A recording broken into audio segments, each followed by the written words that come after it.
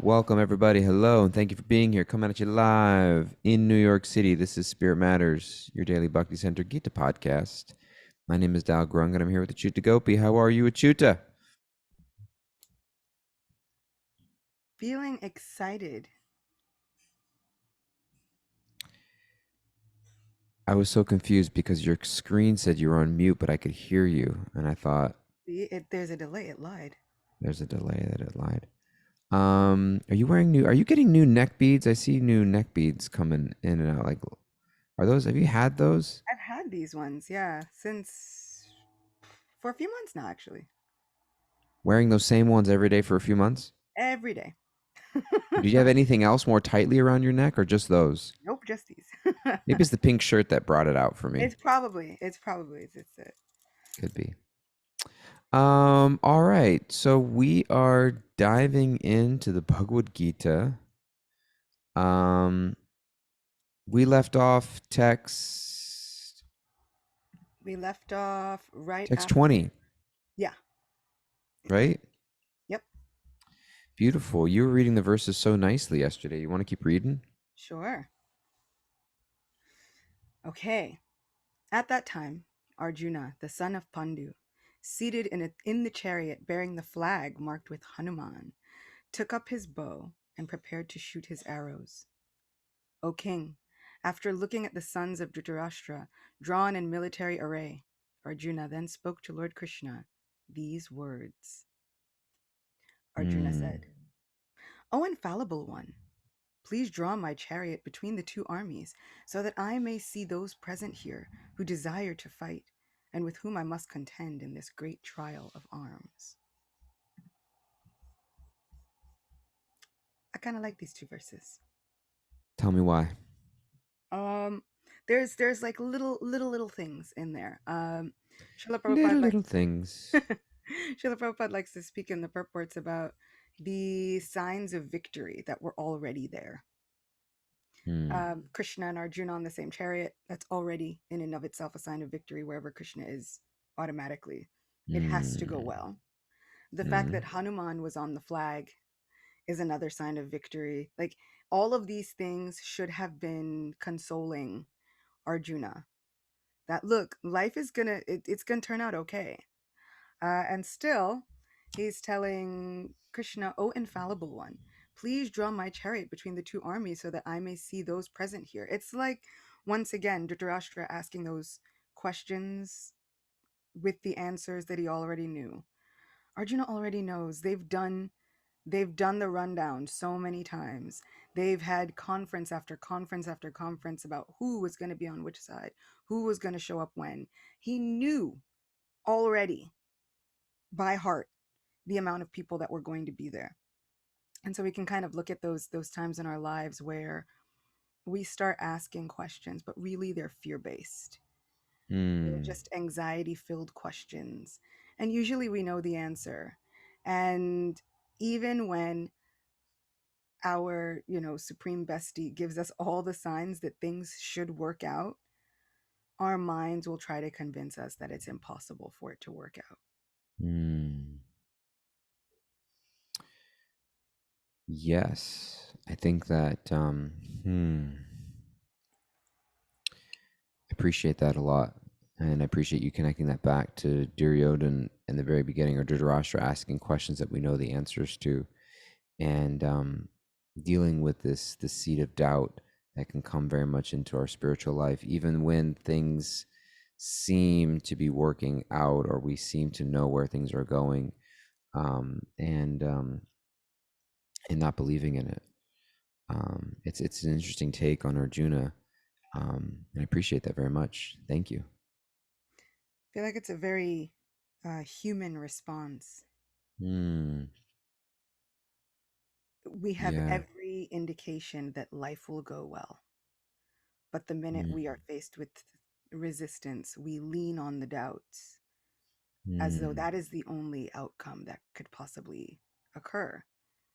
mm, And even him calling Krishna, O infallible one, he's reminding Krishna, you are transcendental.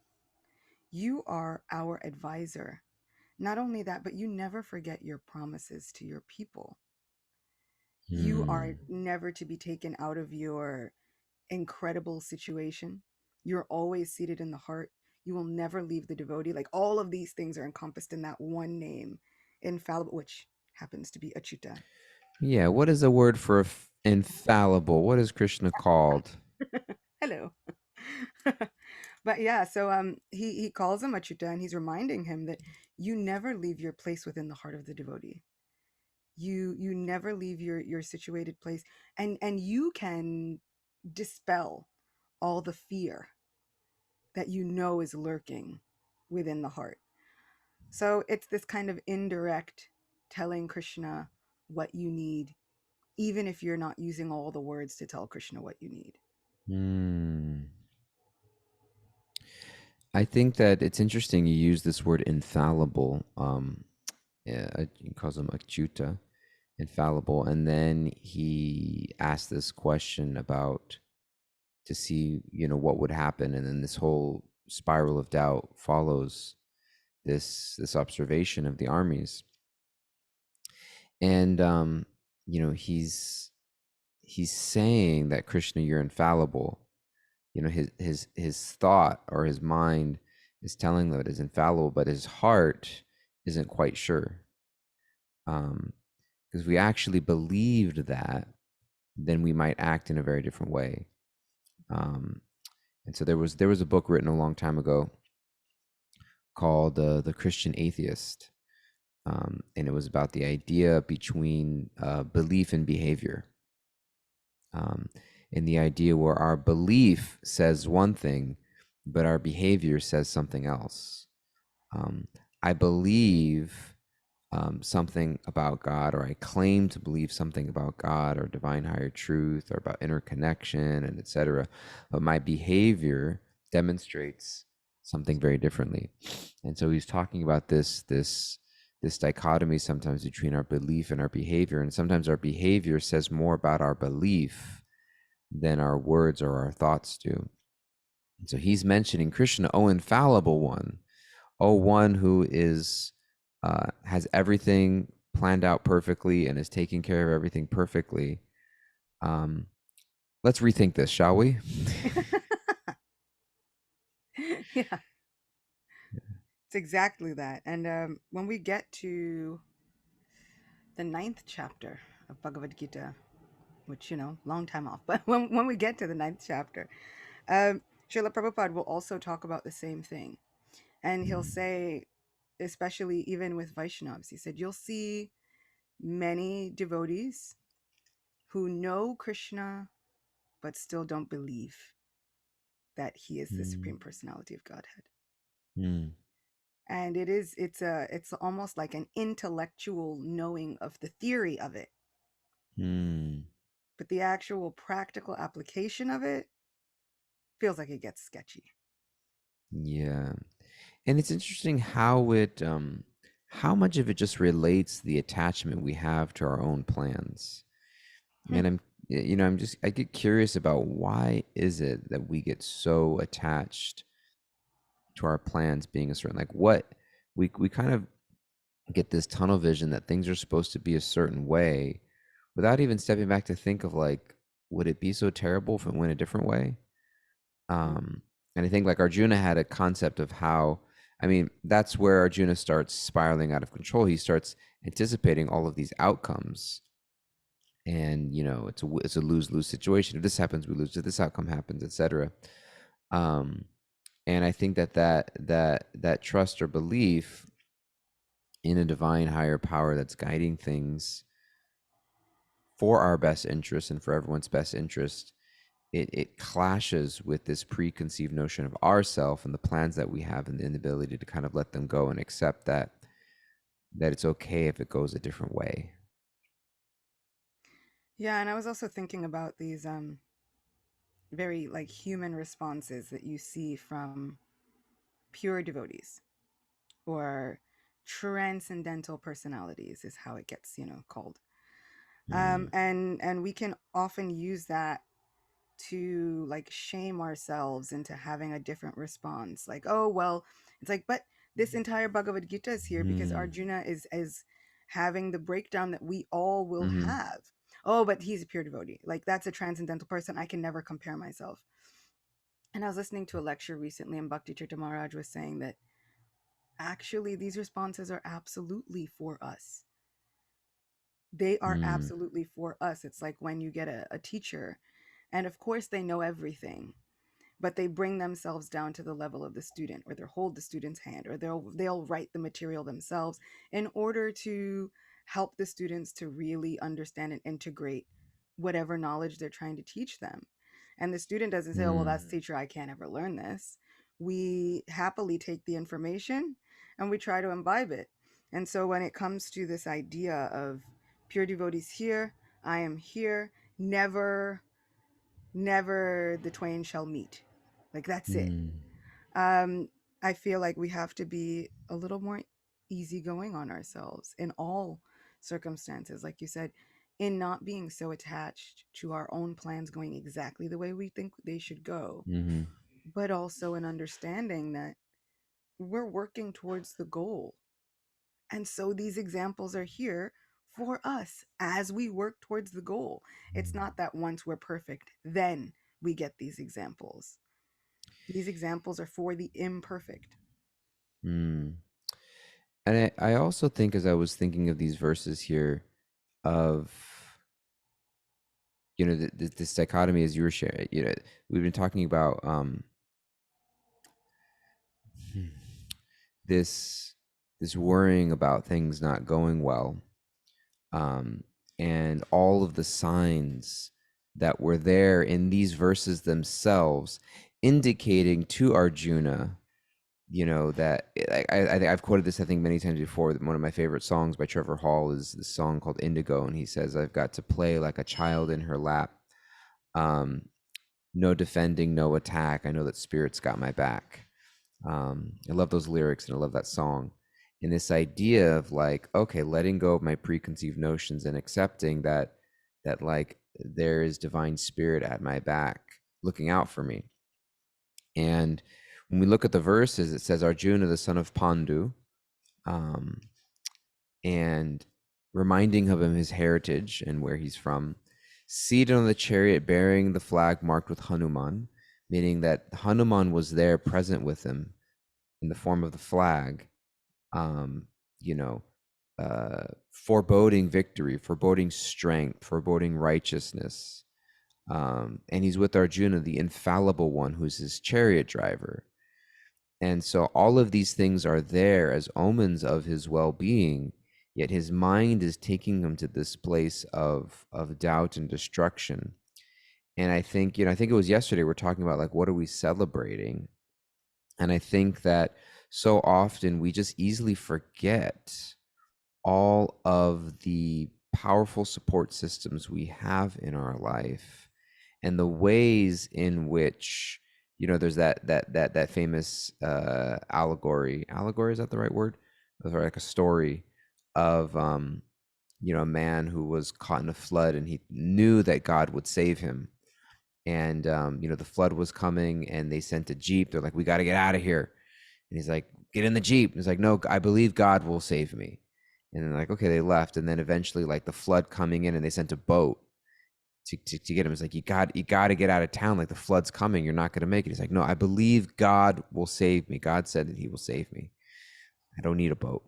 And then the boat's like, okay. And then finally he was at the top of his roof. The flood was coming in heavy. They sent a helicopter, dropped down the rope. Like, please, this is the last chance. We're getting out of here. Like, the flood is coming. It's raining. It's pouring. Get in the helicopter. He said, I don't need your help. Like, God will save me. Then he eventually died and he met God on the other side. And he was just like, what happened, God? And he was like, how come you didn't save me? He's like, I sent a jeep, a boat, and a helicopter. Like, what more were you looking for? You know? And so I think this idea of reminding ourselves, and sometimes that's the purpose of Sangha. Sometimes that's the purpose of us reading spiritual literature. Sometimes that's the purpose of us having spiritual relationships. Sometimes we think spiritual relationships um, are unique and interesting because they are distinct from a material relationship. Material relationship is based off of material interests, or material similarities. We come from the same culture. We have the same gender or sexual orientation, or we like the same music, or we come from the same neighborhood, or we have the same socioeconomic background. We're part of the same political party. Whatever it may be, we have these reasons to connect ourselves materially, and we associate with people as such. And as soon as those things change, the relationships change. Oh, you voted for so and so, we can't be friends anymore. Oh, you did or didn't get this you vaccine, we can't be friends anymore. You did or didn't, blah blah blah blah blah blah blah. um you know we base our material relationships on those things, and for good reasons. We want to connect with people who we connect with materially. But spiritually speaking, sometimes we're called to overlook material differences for a higher purpose of finding people that remind us of the ways God is showing up in our life. And when we read spiritual literature, when we have spiritual sangha, sometimes it's this materially beautiful, these are my peeps, yeah, yeah, yeah. And sometimes it's like, you know what? There's nobody that I really like materially would normally get along with, but I recognize that we share spiritual values. We share a spiritual belief system. We share same spiritual goals. And that's something I love so much whenever I spent time in 12 step meetings. You walk into a room and it's just like, sometimes there's people, it's like, why are any of these people in the same room together? And it was just like, you don't know anybody, but you walk in and you're just like, there's one thing that I know everyone in this room has in common, which is the qualification of even being here is that I want help and I want to get better. You know, I believe that I'm humbled enough to recognize, I'm not here to show off anything. I'm here because I'm weak and I'm powerless, and I recognize that I need your help. And it becomes this bond. And I think that spiritual sangha, I mean, that is a spiritual sangha. It's a very spiritual program. But I think spiritual sangha is that recognition of, Arjuna, like, you're the son of Pandu. Our Hanuman is marked on your flag on the chariot, which is being drawn by Krishna, who is Achyuta, who is infallible. Like, you've got things going for you. Um, and the whole Bhagavad Gita is going to be Krishna, reminding him of that. And so I think that it's such a powerful spiritual practice for us to do on our own, as well as find the people in our life and find the ways in which we're reminded of the beautiful things in which God is showing up in our life. And it's such a lesson to see that it is a normal function of the mind, that you Mm, could have everything going right for you, and your yeah, mind will focus on all the ways that it's going to fail, and you are going to fail miserably. yeah. So it's a normal function of the mind. It's not like, what's wrong with me? Why does my mind do this? Because that's the nature of the mind. Yes. Now, our nature is to gain some control over that mind. And like you said, remind it, whoa, whoa, whoa, we've got an infinite amount of signs of victory. That is what we need to focus on Mm, instead of focusing on all of the ways that this could go wrong. And in focusing on all of the ways that this could go wrong, Krishna is going to point out to Arjuna that that's actually not, it's misplaced compassion. It's like you're mm, actually doing a disservice by focusing on all the wrong things. yeah. There's a verse. Hmm, that I'm trying to find. It's in the Srimad Bhagavatam. I don't think it's here. Um, but I know that it's in the fifth canto, this idea of trusting the mind or not trusting the mind. And this idea of, maybe it's in the seventh canto of the Bhagavatam.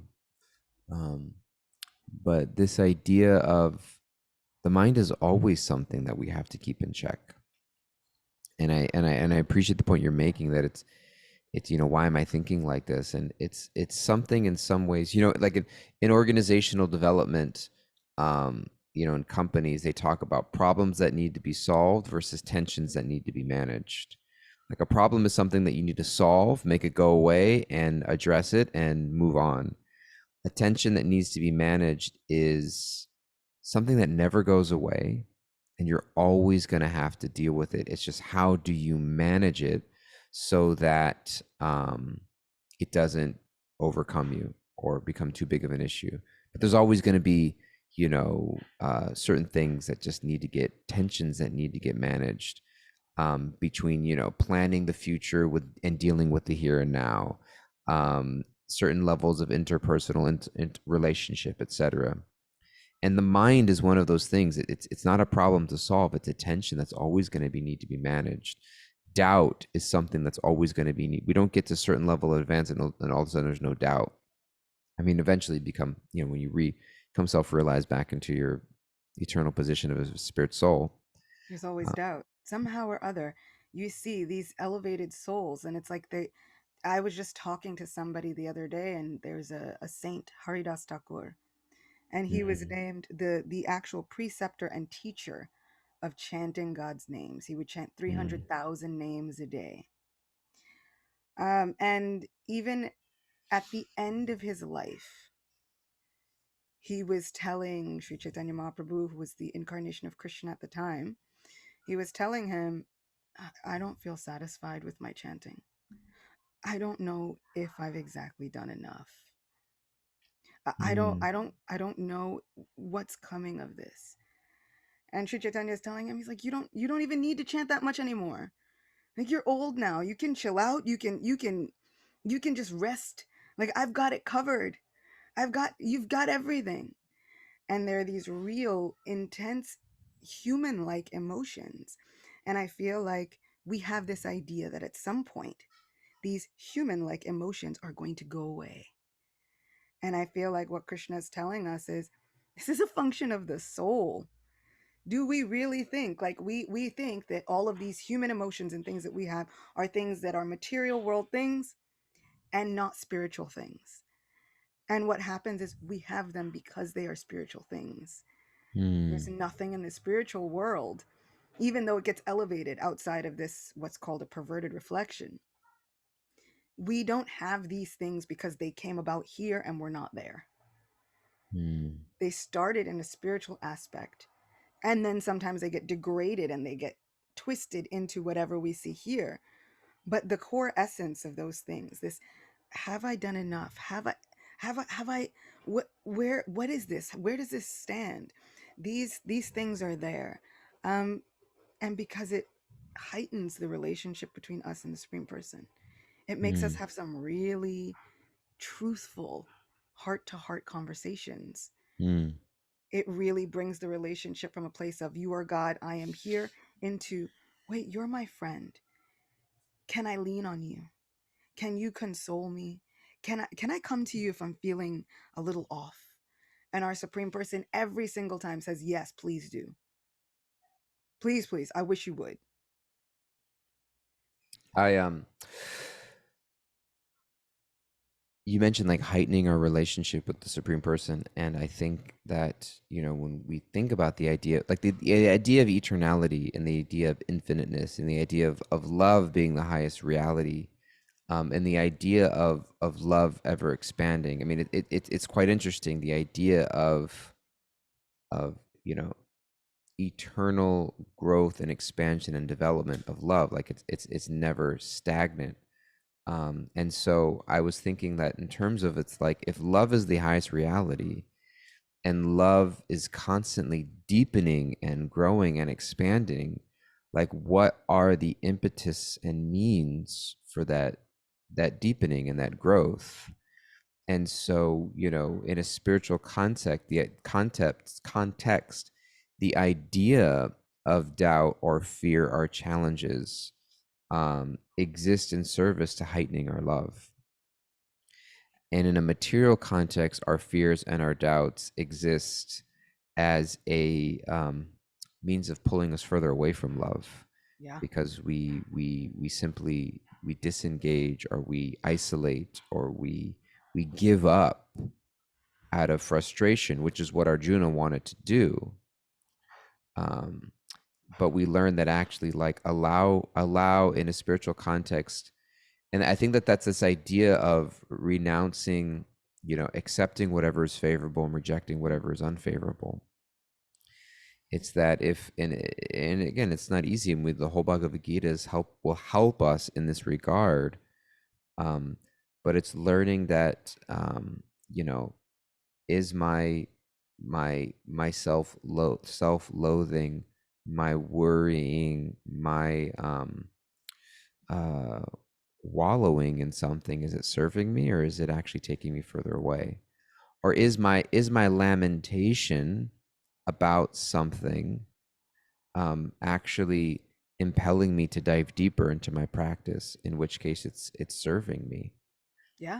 And so it's ultimately what's bringing us closer and deepening our ability to love and feel Krishna's love and express love for Krishna.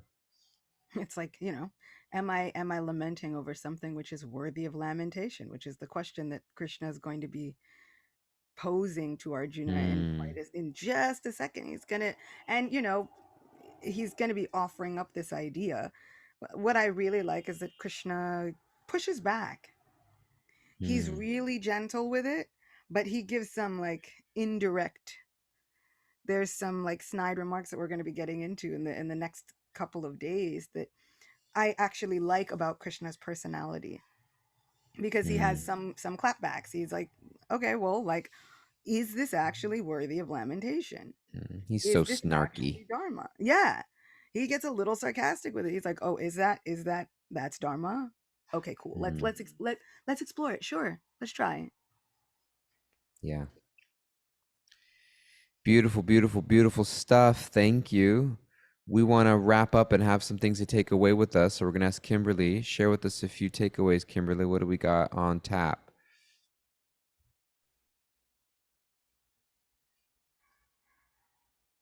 Is Kimberly here? She left. Oh, no, she's here. We can't hear you, Kimberly. We cannot. Can you hear me? Now we can. Yay! Okay, so we're letting go of any ideas of our preconceived path because Spirit has our back and is always guiding us, Mm-hmm. and that we have every indication that life will go well. Our doubts and fears can exist in service to heighten our love. Mm, beautiful. Thank you. What are you taking into your day, Chuta? Taking the idea to trust the signs that things are going to go well. Mm, yeah. I'm taking away the focus on what is going well. It's very easy to just kind of look at all the things that could be better or should be better, that I should be doing better. Um, but focus on the things that are going well and celebrate that. I was reading this book recently, a leadership book, talking about like managers to try to catch people doing something right. Normally it's like you catch people doing something wrong so you can correct them and do better. That's how we get better. You catch people doing something wrong and you improve. But he said catch people doing something right, um, and celebrate that, and it will grow. So catch ourselves doing something right, catch life going right, Yeah, and setting nourishing that. And we have an idea that preparedness means focusing on what could go wrong, and that's what we prepare for. And that's the idea of preparedness. And what if the idea of preparedness was preparing for all of the many, many, many, many ways that this could go right, that this could mm, work? yeah. 10, 20, 1,000 ways that this could work. What if Hmm. that's actually preparedness? Yeah. Mm. Love it. Thank you guys so much. Thank you for being with us. Um, and we look forward to seeing you again soon. And take care. Bye bye.